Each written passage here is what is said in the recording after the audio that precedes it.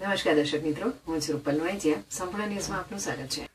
બનાસકાંઠા જિલ્લા ભાજપ દ્વારા વિકસિત ભારત રોજગાર અને આજીવિકા મિશનની ગેરંટી ગ્રામીણ યોજના અંગે યોજાયેલી પત્રકાર પરિષદમાં કોંગ્રેસ સામે તીવ્ર રાજકીય પ્રહાર કરવામાં આવ્યો હતો.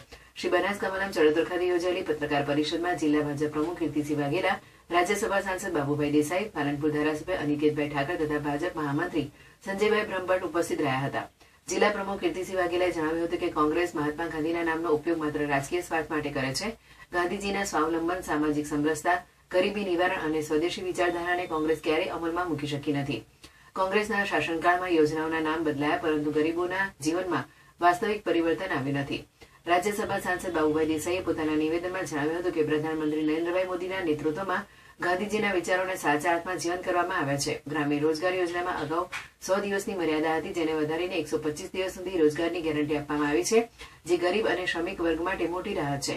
સ્વચ્છતા અભિયાન, વોકલ ફોર લોકલ, આત્મનિર્ભર ભારત અભિયાન તથા ગરીબોને નિઃશુલ્ક અનાજ જેવી યોજનાઓથી કરોડો નાગરિકોના જીવનમાં સકારાત્મક બદલાવ આવ્યો છે. વીબીજી આરએએમજી યોજના દ્વારા ગ્રામ્ય વિસ્તારોમાં રોજગાર, આવક અને આજીવિકાની મજબૂત ગેરંટી આપીને વિકસિત ભારતના સંકલ્પને સાકાર કરવામાં આવશે, તેમ તેમણે જણાવ્યું હતું.